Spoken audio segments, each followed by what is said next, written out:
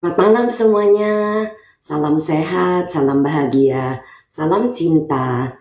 Malam ini saya Brenda Imekre kembali hadir di seri Cinta. Kali ini di ke-149 di tanggal 6 Januari 2025.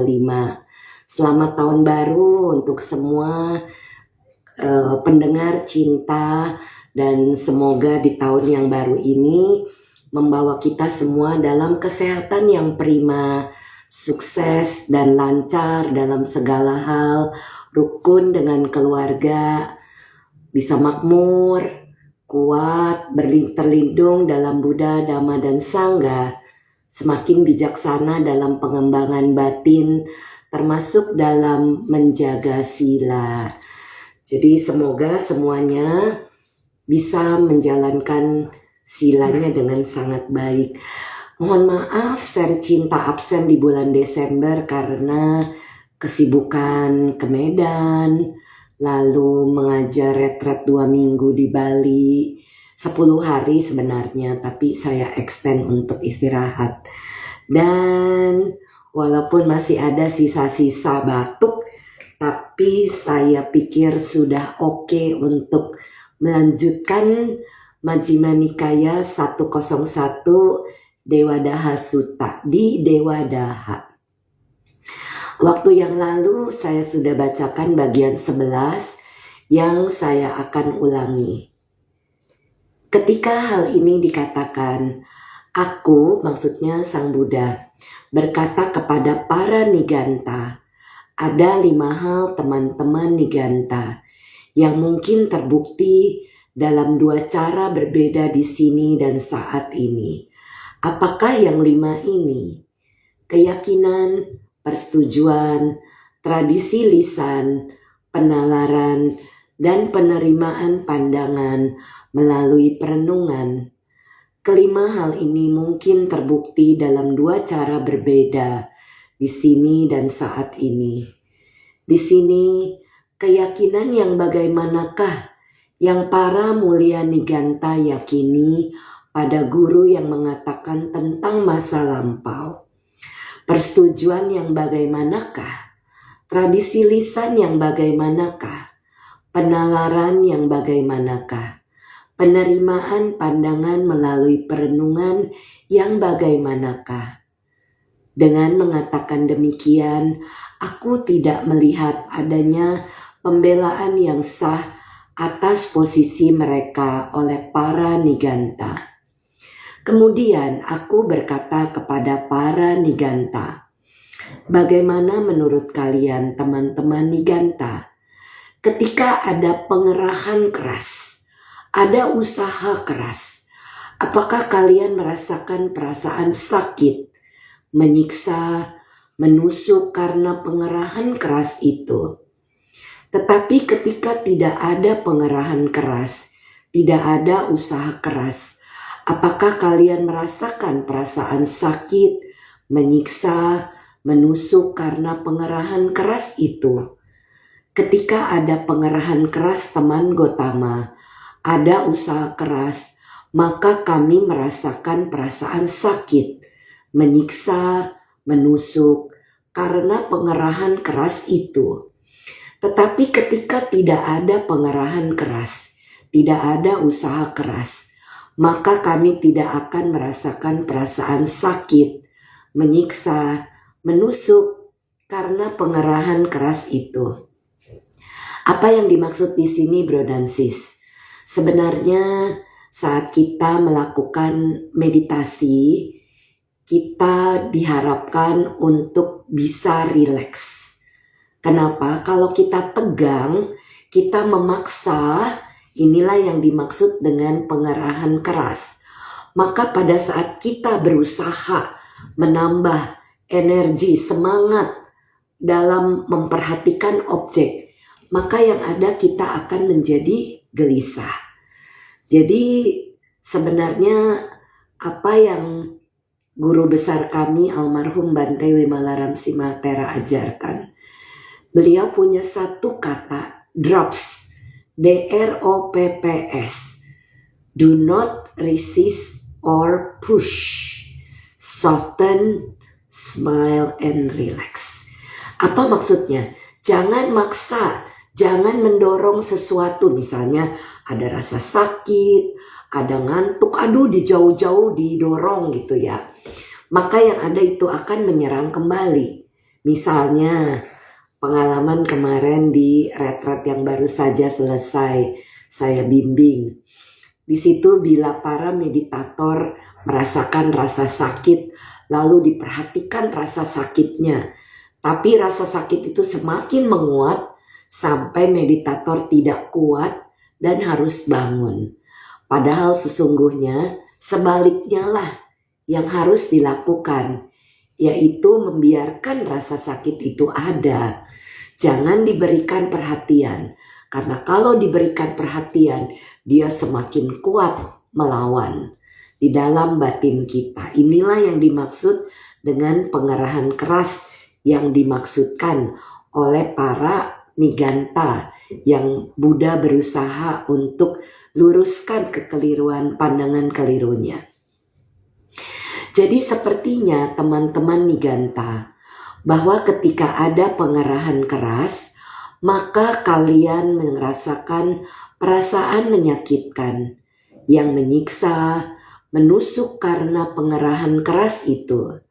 Tetapi ketika tidak ada pengerahan keras, maka kalian tidak merasakan perasaan menyakitkan, menyiksa, menusuk karena pengerahan keras itu. Kalau begitu, tidaklah selayaknya bagi para mulia niganta untuk menyatakan apapun yang dirasakan oleh orang ini, apakah menyenangkan atau menyakitkan, atau bukan menyakitkan pun bukan menyenangkan.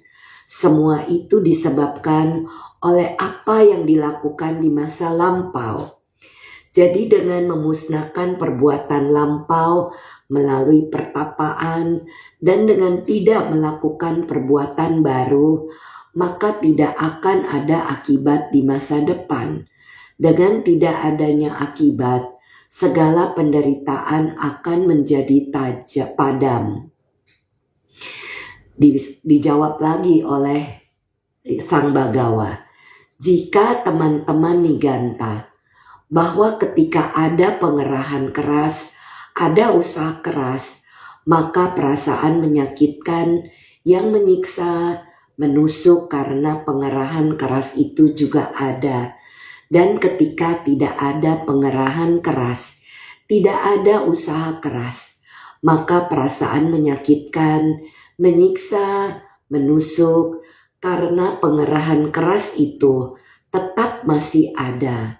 Dengan demikian adalah selayaknya bagi para mulia niganta untuk menyatakan apapun yang dirasakan oleh orang ini, segala penderitaan akan menjadi padam. Tetapi karena teman-teman niganta, ketika ada pengerahan keras, ada usaha keras, maka kalian merasakan perasaan menyakitkan yang menyiksa, menusuk karena pengerahan keras itu.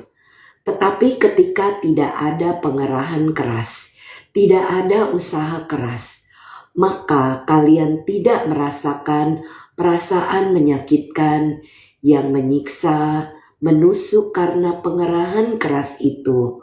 Oleh karena itu, kalian hanya merasakan perasaan menyakitkan, menyiksa, menusuk dari pengerahan yang kalian lakukan sendiri adalah karena ketidaktahuan, tidak mengetahui awija dan delusi, maka kalian secara keliru menganggap apapun yang dirasakan oleh orang ini, segala penderitaan akan menjadi padam. Dengan mengatakan demikian, aku tidak melihat adanya pembelaan yang sah atas posisi mereka oleh para niganta. Kemudian, di bagian 16, aku berkata kepada para niganta, bagaimana menurutmu teman-teman niganta? Mungkinkah bahwa suatu perbuatan yang akibatnya harus dialami di sini dan saat ini dapat melalui pengerahan dan usaha keras menjadi perbuatan yang akibatnya dialami dalam kehidupan mendatang. Tidak, teman, tetapi mungkinkah suatu perbuatan yang akibatnya akan dialami dalam kehidupan mendatang melalui pengerahan dan usaha keras menjadi perbuatan yang akibatnya harus dialami di sini dan saat ini? Tidak, teman.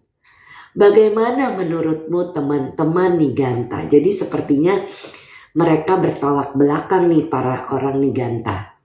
Mungkinkah bahwa suatu perbuatan yang akibatnya harus dialami sebagai menyenangkan dapat melalui pengerahan dan usaha keras menjadi perbuatan yang akibatnya harus dialami sebagai menyakitkan? Tidak mungkin. Sesuatu yang menyenangkan tidak mungkin dialami sebagai menyakitkan, bukan? Jawabannya tidak, teman. Tetapi mungkinkah bahwa suatu perbuatan yang akibatnya harus dialami sebagai menyakitkan dapat melalui pengerahan dan usaha keras menjadi perbuatan yang akibatnya harus dialami sebagai menyenangkan? Tidak, teman. Ya, jadi kalau menyenangkan ya menyenangkan, malah masa ada bagian yang menyakitkan untuk hal yang menyenangkan. Jadi di sini para petapa Niganta itu bersikeras bahwa mereka itu harus dalam usaha keras, pengerahan dan usaha keras, yang oleh Buddha dikatakan bukan seperti itu. Bagian 18.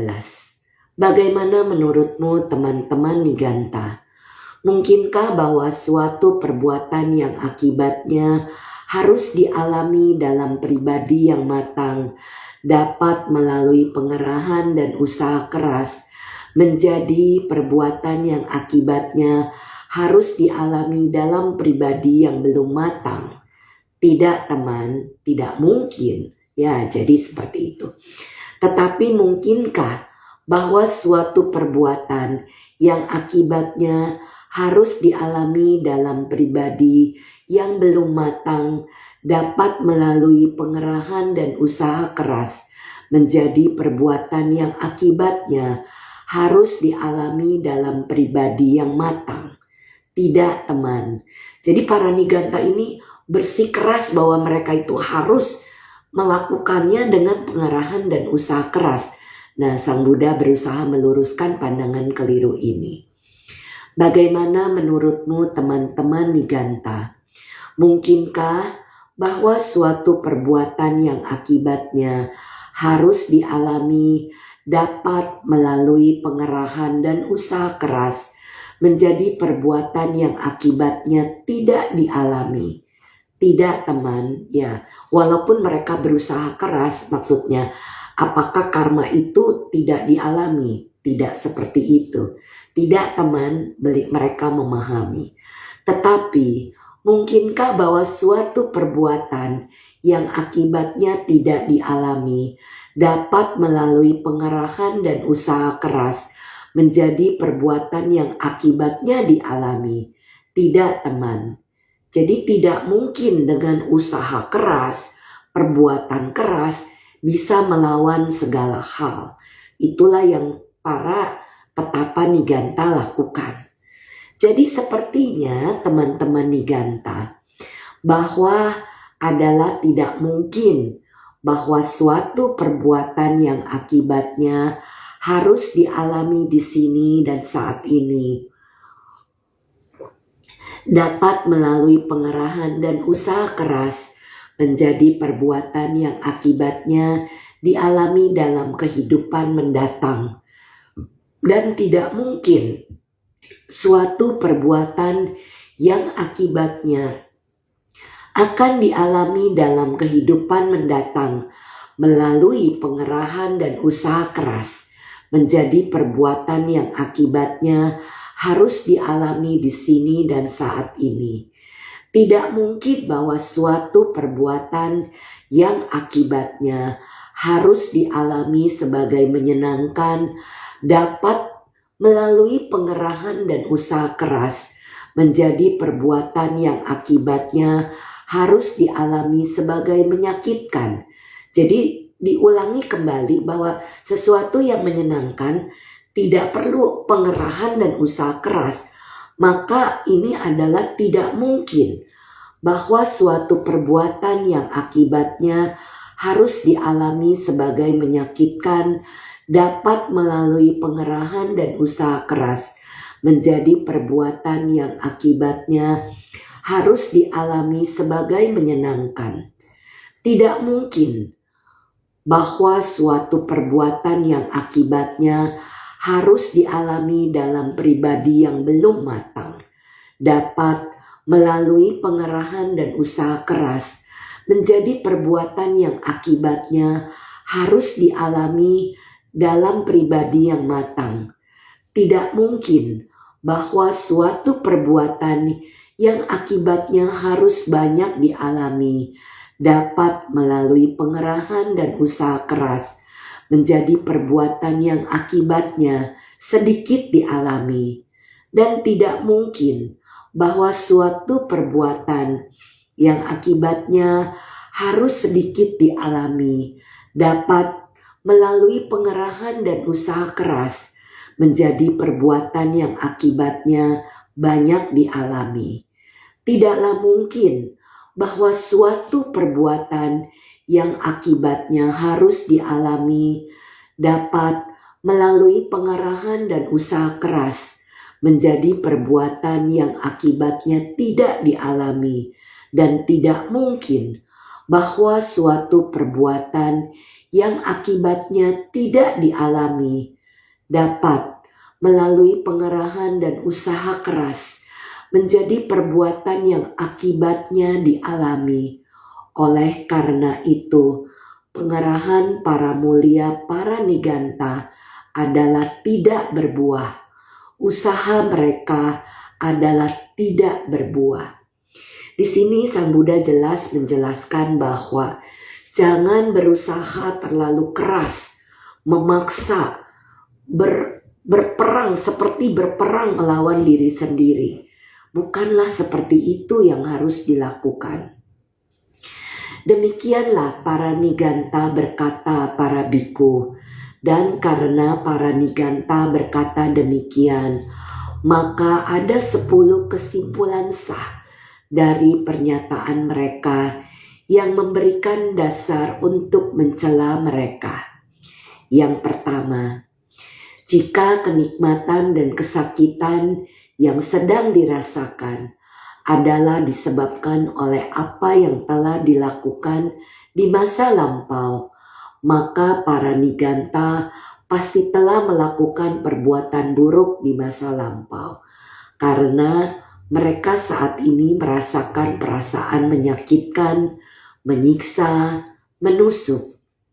Yang kedua, jika kenikmatan dan kesakitan yang sedang dirasakan adalah disebabkan oleh tindakan kreatif Tuhan yang tertinggi, maka Paraniganta pasti diciptakan oleh Tuhan tertinggi yang jahat, karena mereka saat ini merasakan perasaan yang menyakitkan, menyiksa, menusuk. Saya mau menjelaskan di sini ada bagian penjelasan ke-8.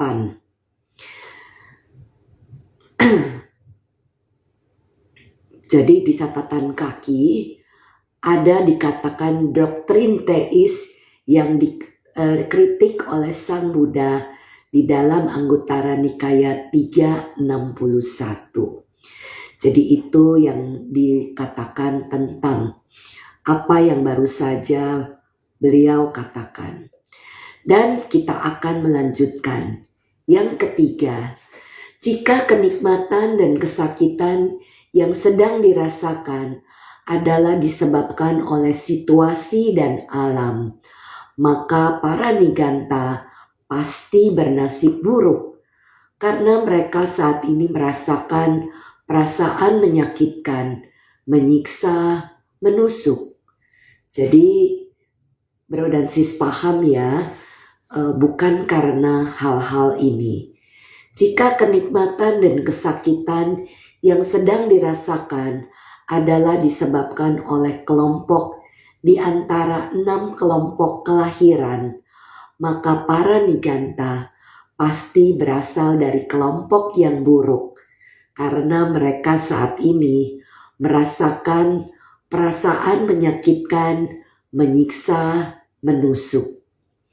Jadi di sini bro dan sis semakin memahami jika kenikmatan dan kesakitan yang sedang dirasakan adalah disebabkan oleh apa yang telah dilakukan di masa lampau, maka para niganta harus dicela. Jika tidak, maka para niganta juga harus dicela. Ketujuh, jika kenikmatan dan kesakitan yang sedang dirasakan adalah disebabkan oleh tindakan kreatif Tuhan yang tertinggi, maka para niganta harus dicela, maka mereka juga harus dicela. Yang kedelapan, jika kenikmatan dan kesakitan yang sedang dirasakan adalah disebabkan secara kebetulan, maka para niganta harus dicela. Jika tidak, maka mereka juga harus dicela. Jadi tidak ada sesuatu yang kebetulan. Yang kesembilan, jika kenikmatan dan kesakitan yang sedang dirasakan adalah disebabkan oleh kelompok, maka para niganta harus dicela. Jika tidak, maka mereka juga harus dicela. Jadi jangan menyalahkan karma kelompok maksudnya. Jika kenikmatan dan ke-10, jika kenikmatan dan kesakitan yang sedang dirasakan adalah disebabkan oleh pengerahan di sini dan saat ini, pengerahan dalam usaha keras seperti yang tadi dikatakan, maka para niganta harus dicela. Jika tidak, maka mereka juga harus dicela. Demikianlah para niganta berkata para biku. Dan karena para niganta berkata demikian, maka ada 10 kesimpulan sah ini dari pernyataan mereka yang memberikan dasar untuk mencela mereka. Dengan demikian, pengerahan mereka adalah tidak berbuah. Usaha mereka adalah tidak berbuah. Karena usaha mereka begitu keras, seperti yang tadi sudah dibacakan. Ke-23, dan bagaimanakah pengerahan menjadi berbuah para biku? Bagaimanakah usaha menjadi berbuah? Di sini seseorang yang tidak diliputi penderitaan, tidak meliputi dirinya dengan penderitaan, dan ia tidak melepaskan kenikmatan yang sesuai dengan dhamma, namun ia tidak tergila-gila dengan kenikmatan itu. Ia mengetahui demikian, jika aku berusaha dengan penuh tekad, maka sumber penderitaan ini akan meluruh dalam diriku karena usaha penuh tekad itu. Dan jika aku mengamati dengan ketenang seimbangan, maka sumber penderitaan ini meluruh dalam diriku selagi aku mengembangkan ketenang seimbangan. Jadi pada saat bro dan sis mengalami rasa sakit atau rasa senang, kembangkan ketenang seimbangan atau UPK. Ia berusaha dengan penuh tekad sehubungan dengan sumber penderitaan itu yang meluruh dalam dirinya karena usaha penuh tekad itu, dan ia mengembangkan ketenang seimbangan sehubungan dengan sumber penderitaan yang meluruh dalam dirinya selagi ia mengembangkan ketenang seimbangan. Ketika ia berusaha dengan penuh tekad Sumber penderitaan ini dan itu meluruh dalam dirinya karena usaha penuh tekad itu. Demikianlah penderitaan itu padam dalam dirinya. Ketika ia mengamati dengan ketenang-seimbangan sumber penderitaan ini dan itu meluruh dalam dirinya, artinya lepas dari dirinya, selagi ia mengembangkan ketenang-seimbangan. Demikianlah penderitaan itu padam dalam dirinya. Misalkan para biku, seorang laki-laki mencintai seorang perempuan dengan pikiran terikat padanya oleh keinginan dan nafsu yang kuat. Ia mungkin melihat perempuan itu berdiri bersama laki-laki lain, berbincang-bincang, bergurau, dan tertawa. Bagaimana menurut kalian? Tidakkah duka cita, ratapan, kesakitan, kesedihan, dan keputusasaan muncul pada laki-laki itu ketika ia melihat perempuan itu berdiri bersama laki-laki lain, berbincang-bincang, bergurau, dan tertawa. Jadi disinilah kemelekatan terjadi. Ya yang mulia, mengapakah? Karena laki-laki itu mencintai perempuan itu dengan pikiran terikat padanya oleh nafsu keinginan dan nafsu yang kuat. Itulah sebabnya mengapa duka cita, ratapan, kesakitan, kesedihan, dan keputusasaan muncul padanya ketika ia melihat perempuan itu berdiri bersama laki-laki lain, berbincang-bincang, bergurau, dan tertawa. Kemudian para biku, laki-laki itu mungkin berpikir, aku mencintai perempuan ini dengan pikiranku terikat padanya oleh keinginan dan nafsu yang kuat. Dengan demikian, duka cita, ratapan, kesakitan, kesedihan, dan keputusasaan muncul padaku ketika aku melihatnya berdiri bersama laki-laki lain, berbincang-bincang, bergurau, dan tertawa. Bagaimana jika aku meninggalkan keinginan dan nafsuku pada perempuan itu? Ia meninggalkan keinginan dan nafsunya pada perempuan itu. Belakangan, ia mungkin melihat perempuan itu berdiri bersama laki-laki lain, berbincang-bincang, bergurau, dan tertawa. Bagaimana menurut kalian? Tidakkah duka cita, ratapan, kesakitan, kesedihan, dan keputusasaan muncul pada laki-laki itu ketika ia melihat perempuan itu berdiri bersama laki-laki lain? Tidak, yang mulia Bante. Mengapakah Sang Buddha bertanya? Karena laki-laki itu tidak lagi mencintai perempuan itu. Itulah sebabnya mengapa duka cita, ratapan, kesakitan, kesedihan, dan keputusasaan tidak muncul padanya ketika ia melihat perempuan itu berdiri bersama laki-laki lain. Yang dimaksud duka cita, ratapan, kesakitan, kesedihan, putus asa, ini adalah marana dalam bahasa Pali yang merupakan rangkaian dari Paticca Samuppada. Kita akan menuju ke sana nanti. Bukan di sutta yang ini ya. Demikian pula para biku. Ketika seorang biku tidak diliputi penderitaan, yang tidak meliputi dirinya dengan penderitaan, demikianlah penderitaan itu padam dalam dirinya. Demikianlah pengerahan menjadi berbuah, usaha menjadi berbuah. 27. Kemudian para biku, seorang mempertimbangkan demikian.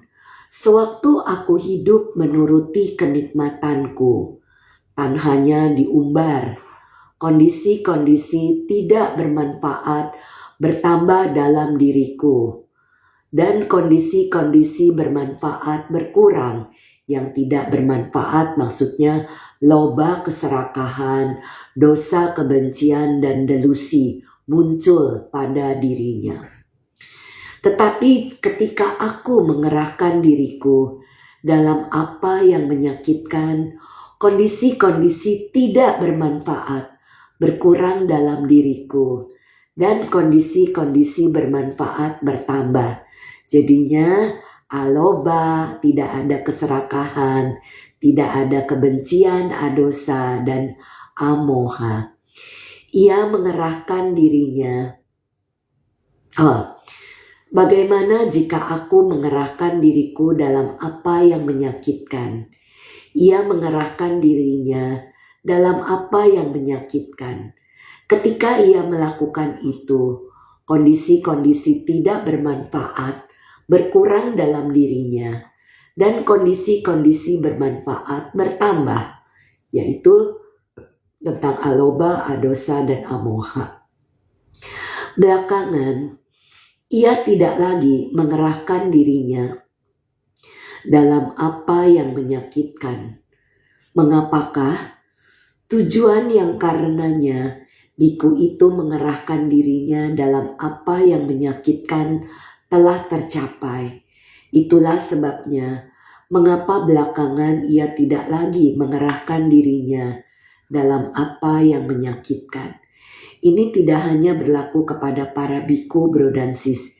Kita perumah tangga sedikit demi sedikit melepaskan keserakahan, kebencian, dan delusi, sehingga kita tidak menderita.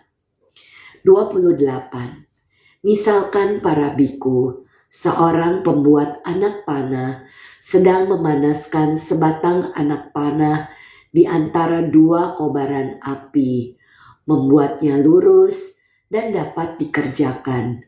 Ketika batang anak panah itu telah dipanaskan di antara dua kobaran api dan telah lurus dan dapat dikerjakan, maka belakangan ia tidak lagi memanaskannya untuk membuatnya lurus dan dapat dikerjakan. Mengapa? Tujuan yang karenanya si pembuat anak panah itu memanaskan anak panah itu dan membuatnya lurus dan dapat dikerjakan telah tercapai. Itulah sebabnya mengapa belakangan ia tidak lagi memanaskannya untuk membuatnya lurus dan dapat dikerjakan. Kita yang sudah terlatih untuk tidak mengembangkan loba, keserakahan, dosa, kebencian, dan moha, delusi, maka kita bisa membawa jalan ini ke dalam jalan yang lurus. 29. Demikian pula seseorang biku mempertimbangkan demikian. Itulah sebabnya seperti pada nomor 27 di atas, di mana bila aku hidup menuruti kenikmatanku, kondisi-kondisi tidak bermanfaat bertambah dalam diriku, dan kondisi-kondisi bermanfaat berkurang. Tetapi ketika aku mengerahkan diriku dalam apa yang menyakitkan, kondisi-kondisi tidak bermanfaat berkurang dalam diriku, dan kondisi-kondisi bermanfaat bertambah. Kondisi-kondisi bermanfaat adalah aloba, tanpa keserakahan, adosa, tanpa kebencian, amoha, tanpa delusi. Bagaimana jika aku mengerahkan diriku dalam apa yang menyakitkan? Ia mengerahkan dirinya dalam apa yang menyakitkan. Ketika ia melakukan itu, kondisi-kondisi tidak bermanfaat berkurang dalam dirinya, dan kondisi-kondisi bermanfaat bertambah. Ia tidak lagi mengerahkan dirinya dalam apa yang menyakitkan. Mengapa? Tujuannya mengerahkan dirinya dalam apa yang menyakitkan telah tercapai. Itulah sebabnya mengapa ia tidak lagi mengerahkan dirinya dalam apa yang menyakitkan. Demikianlah para biku, pengerahan menjadi berbuah, usaha menjadi berbuah. Kemudian di sini seseorang Tathagata muncul di dunia ini. Sempurna, tercerahkan sempurna, seperti Sutta 51. Saya akan membacakan Sutta 51 karena ada kutipan yaitu tentang Kandaraka Sutta. Ini ada bagian dari apa yang Buddha katakan. Di sini seorang Tathagata muncul di dunia ini, sempurna, tercerahkan sempurna. Bagian 12. Sempurna dalam pengetahuan sejati dan perilaku, mulia, pengenal seluruh alam, pemimpin yang tanpa bandingan bagi orang-orang yang harus dijinakan. Beliau menyatakan dunia ini bersama para dewa, Mara dan Brahma. Generasi ini bersama dengan para petapa dan Brahmana, para pangeran dan rakyatnya yang telah beliau tembus oleh dirinya sendiri. Dengan pengetahuan langsung, beliau mengajarkan dhamma yang indah di awal, indah di pertengahan, dan indah di akhir, dengan makna dan kata-kata yang benar, dan beliau mengungkapkan kehidupan suci yang murni dan sempurna sepenuhnya. Jadi di sini dijelaskan tentang bagaimana seorang perumah tangga atau putra perumah tangga atau seorang yang terlahir dari beberapa suku lainnya mendengarkan dhamma itu. Ketika mendengarkan dhamma itu, ia memperoleh keyakinan dalam Sang Tathagata. Dengan memiliki keyakinan itu, ia mempertimbangkan demikian. Kehidupan rumah tangga ramai dan berdebu. Kehidupan lepas dari keduniawian terbuka lebar. Tidaklah mudah selagi hidup dalam sebuah keluarga, juga menjalani kehidupan suci yang murni dan sempurna, bagaikan kulit kerang yang digosok.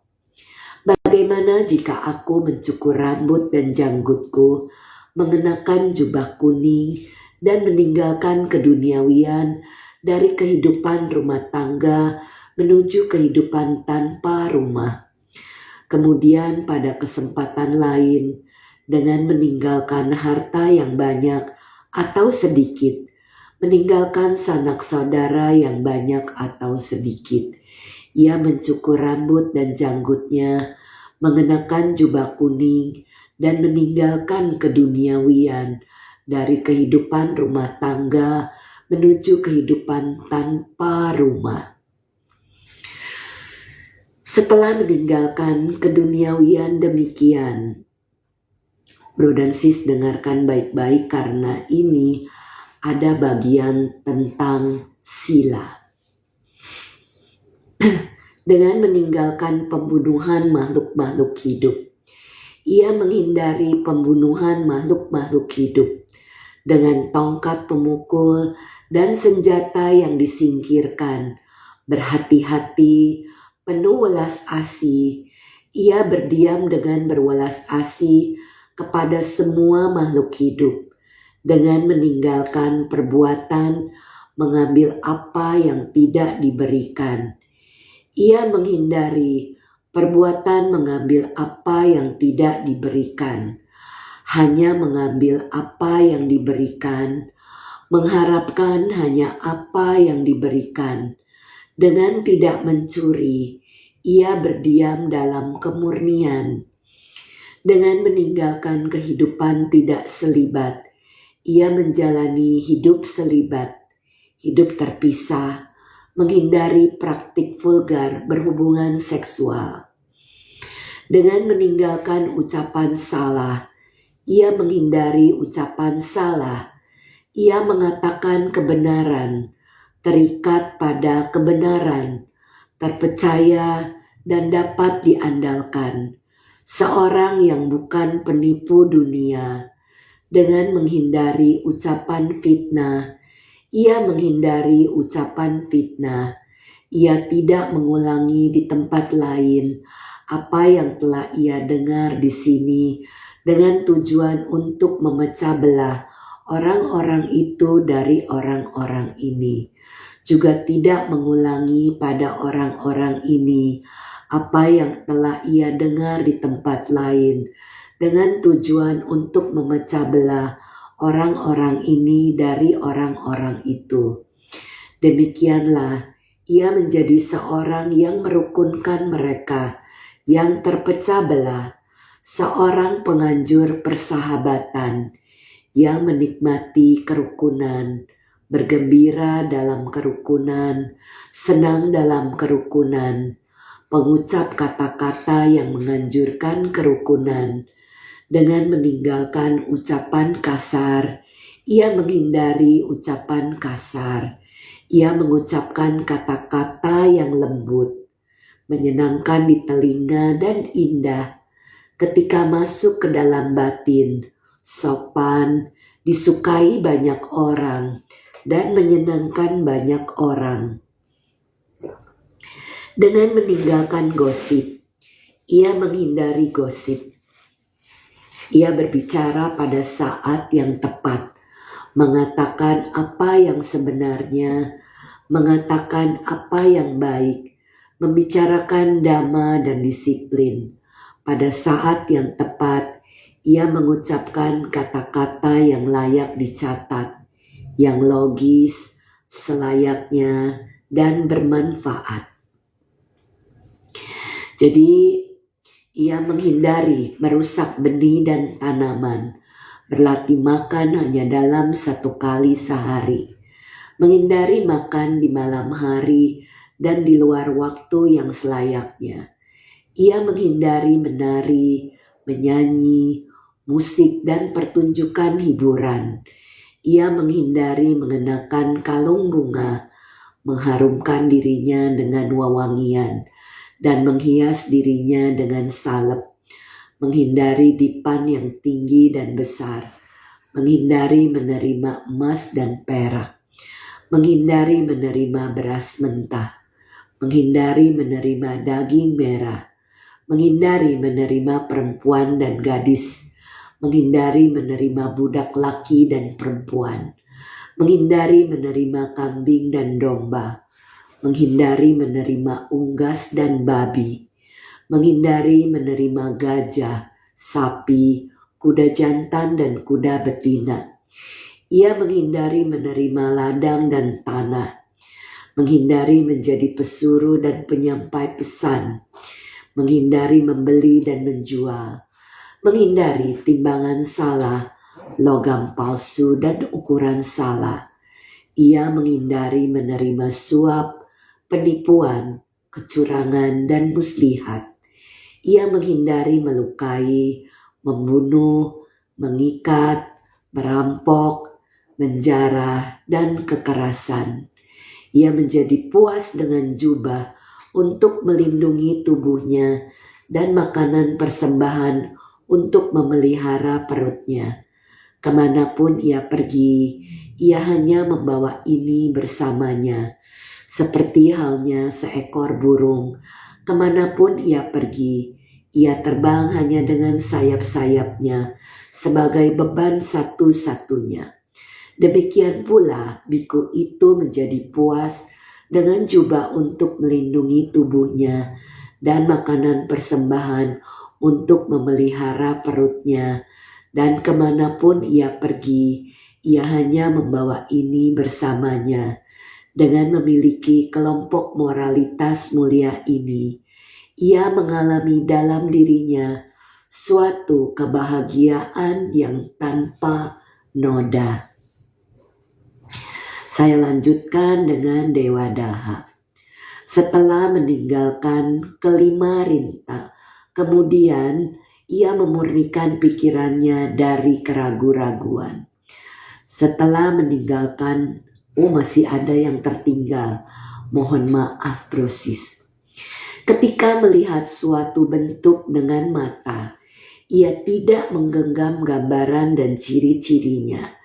Karena jika ia membiarkan indria mata tanpa terkendali, kondisi jahat yang tidak bermanfaat berupa ketamakan dan kesedihan akan dapat menyerangnya.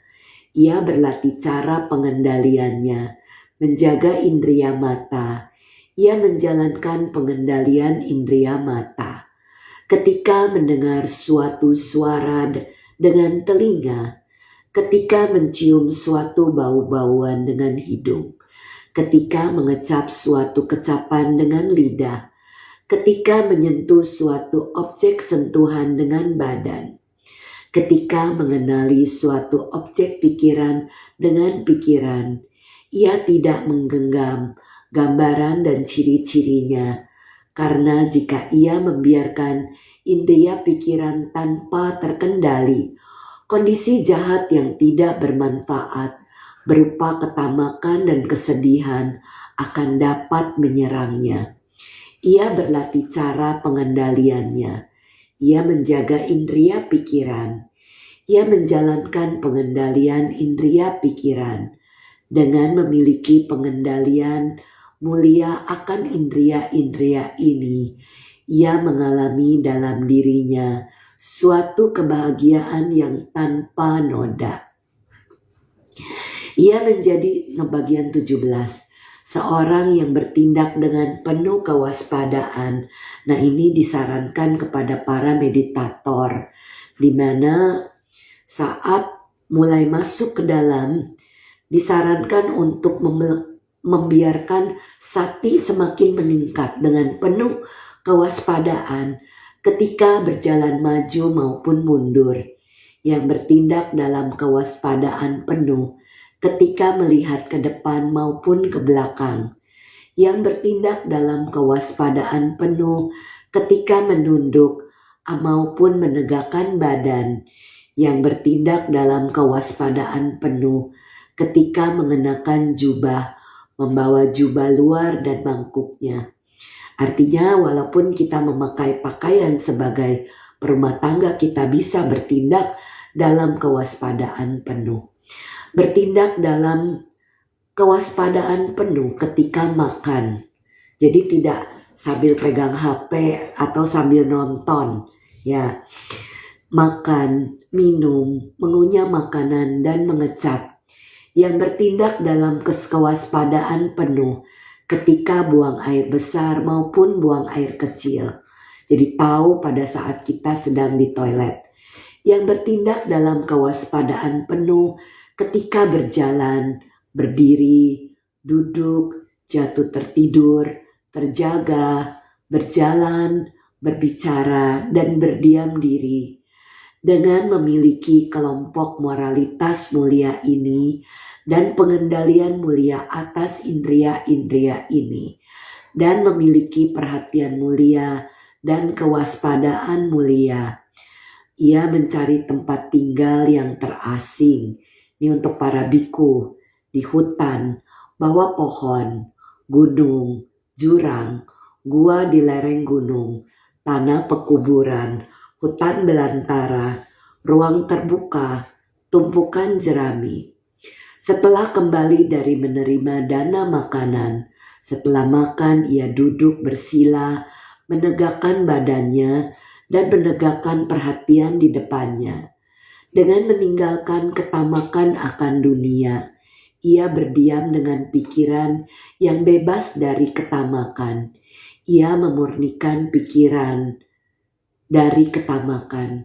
Dengan meninggalkan permusuhan dan kebencian, ia berdiam dengan pikiran yang bebas dari permusuhan, berwelas asih bagi kesejahteraan semua makhluk hidup. Ia memurnikan pikirannya dari permusuhan dan kebencian. Dengan meninggalkan kelambanan dan ketumpulan, ia berdiam dengan terbebas dari kelambanan dan ketumpulan. Seorang yang mempersepsikan cahaya, penuh perhatian, penuh kewaspadaan, memurnikan pikirannya dari kelambanan dan ketumpulan, dengan meninggalkan kegelisahan dan penyesalan. Ia berdiam dengan tanpa kegelisahan, dengan batin yang damai. Ia memurnikan pikirannya dari kegelisahan dan penyesalan, dengan meninggalkan keraguan-raguan. Ia berdiam setelah melampaui keraguan-raguan, tanpa kebingungan akan kondisi-kondisi bermanfaat. Ia memurnikan pikirannya dari keraguan-raguan. Kita kembali ke Majjhima Nikaya 101 bagian 38. Sebentar ada pertanyaan. Setelah meninggalkan kelima rintangan, ketidaksempurnaan pikiran yang melemahkan kebijaksanaan, dengan cukup terasing dari kenikmatan indria, terasing dari kondisi-kondisi tidak bermanfaat, ia masuk dan berdiam dalam jana pertama yang disertai dengan awal pikiran dan kelangsungan pikiran, dengan sukacita dan pemeriksaan pikiran, dengan sukacita dan kenikmatan yang muncul dari keterasingan. Demikian jugalah pengerahan menjadi berbuah, usaha menjadi berbuah. Di sini jelas dijelaskan bahwa saat ada gangguan muncul, maka kita keluar dari jana manapun. Pada saat rintangan atau niwarana ini sudah kita lewati, maka kita bisa masuk kembali ke dalam jana. Oke, pertanyaan. Mohon maaf, terpaksa saya scroll dari atas. Oke, selamat bergabung bro dan sis yang bergabung di seri cinta malam ini. Selamat malam Mami, saya mendapatkan pertanyaan dari keponakan yang baru ikut TYC sehubungan dengan menjaga sila pembunuhan. Keponakan bertanya, seandainya kita terjebak dengan binatang buas, harus membunuh atau dibunuh oleh binatang buas tersebut harus bagaimana? Ya, ini kan berandai-andai ya sis ya. Tidak mungkin kita hidup di perkotaan itu akan bertemu dengan binatang buas. Jadi ini hanya berandai-andai. Maka itu kita kondisikan rumah tempat kita tinggal itu bebas dari binatang-binatang. Supaya kita tidak harus membunuh mereka. Jadi mungkin untuk yang rumahnya banyak nyamuk, bisa pasang dupa untuk mengusir binatang-binatang seperti nyamuk. Atau juga rayap. Jadi sis bisa menjelaskan kepada keponakan. Sepertinya hal tersebut hanya berandai-andai. Ya, tapi kalau kita terjebak dengan bertemu dengan binatang buas, kita diam, pancarkan cinta kasih. Kan kita sudah belajar untuk memancarkan cinta kasih. Jangan melawan, jangan bergerak, tapi kita diam. Dengan diam mereka menganggap kita ini tidak ada. Nanti pada saat binatang buas itu lengah, kita baru bisa pergi menuju ke tempat yang aman. Tapi saya rasa pertanyaan ini hanyalah pertanyaan hipotesa yang tidak mungkin kita di kota bertemu dengan binatang buas ya, sisweni ya. Ya, jadi seperti itu. Oke, saya lanjutkan. Ketawa si Sweni-nya. Oke, 5 menit lagi saya lanjutkan. Kemudian dengan menenangkan pemeriksaan pikiran, seorang masuk dan berdiam dalam jana kedua yang memiliki keyakinan diri dan penyatuan pikiran tanpa pemeriksaan pikiran, dengan sukacita dan kenikmatan yang muncul dari penyatuan pikiran. Jadi pada saat masuk di dalam jana kedua, kita itu mulai muncul penyatuan pikiran atau konsentrasi. Kenapa Yang Mulia Bante Wimalaramsi itu mengatakan penyatuan pikiran supaya kita tidak terjebak ke dalam konsentrasi satu titik, ya, jadi seperti itu. Iya Mami, namanya anak-anak ya, betul, saya paham, tapi pikiran itu pikiran kritis. Kemudian dengan meluruhnya sukacita, seseorang masuk dan berdiam dalam ketenang-seimbangan dengan penuh perhatian dan kewaspadaan penuh. Masih merasakan kenikmatan pada jasmani. Ia masuk dan berdiam dalam jana ketiga yang dikatakan oleh para mulia. Ia memiliki kediaman yang menyenangkan, yang memiliki ketenang-seimbangan dengan penuh perhatian. Demikian pula pengerahan menjadi berbuah, usaha menjadi berbuah.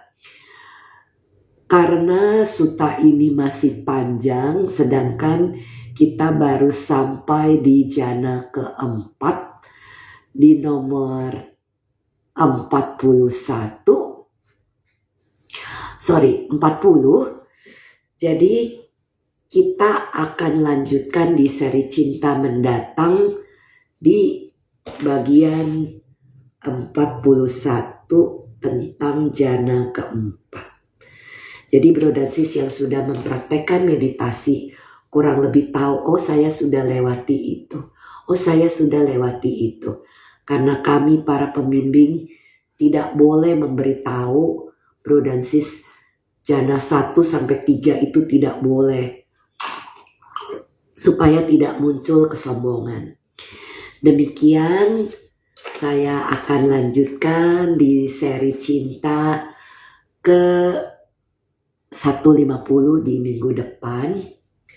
Jadi sekali lagi saya mengucapkan selamat tahun baru 2025 kepada bro dan sis. Semoga di tahun baru ini membawa kita semua dalam kesehatan yang prima, sukses, rukun dengan keluarga, lancar dalam segala hal, menjadi kuat dan makmur dalam perolehan, terlindung di dalam Buddha, Dhamma, dan Sangha, semakin bijaksana dalam pengembangan batin bermeditasi, termasuk dalam menjaga sila. Seri cinta malam ini saya sudahi dan mengucapkan terima kasih kepada bro dan sis yang sudah setia hadir di dalam seri-seri cinta. Dan izinkan saya meminta maaf apabila ada kata-kata, pikiran, perbuatan yang pernah saya lakukan keliru, baik dalam kehidupan ini maupun di kehidupan lampau. Semoga saya bisa dimaafkan. Mari kita bersama-sama berbagi jasa. Semoga yang menderita bebas dari derita. Semoga yang merasa takut bebas dari rasa takut. Semoga yang berduka menghapus semua dukanya. Dan semoga semua makhluk menemukan kelegaannya. Semoga semua makhluk berbagi jasa yang telah kami peroleh untuk memperoleh semua jenis kebahagiaan. Semoga semua makhluk di angkasa dan di bumi, para dewa dan naga yang perkasa, berbagi jasa-jasa kami ini. Semoga mereka terus melindungi Dhamma. Semoga mereka terus melindungi Indonesia dan seluruh dunia. Semoga semua makhluk berbahagia. Sadu, sadu, sadu. Salam sehat, salam bahagia, salam cinta. Kita jumpa di Senin 13 Januari dalam seri cinta untuk meneruskan Dewa Dahasutta atau Majjhima Nikaya 101. Sampai jumpa.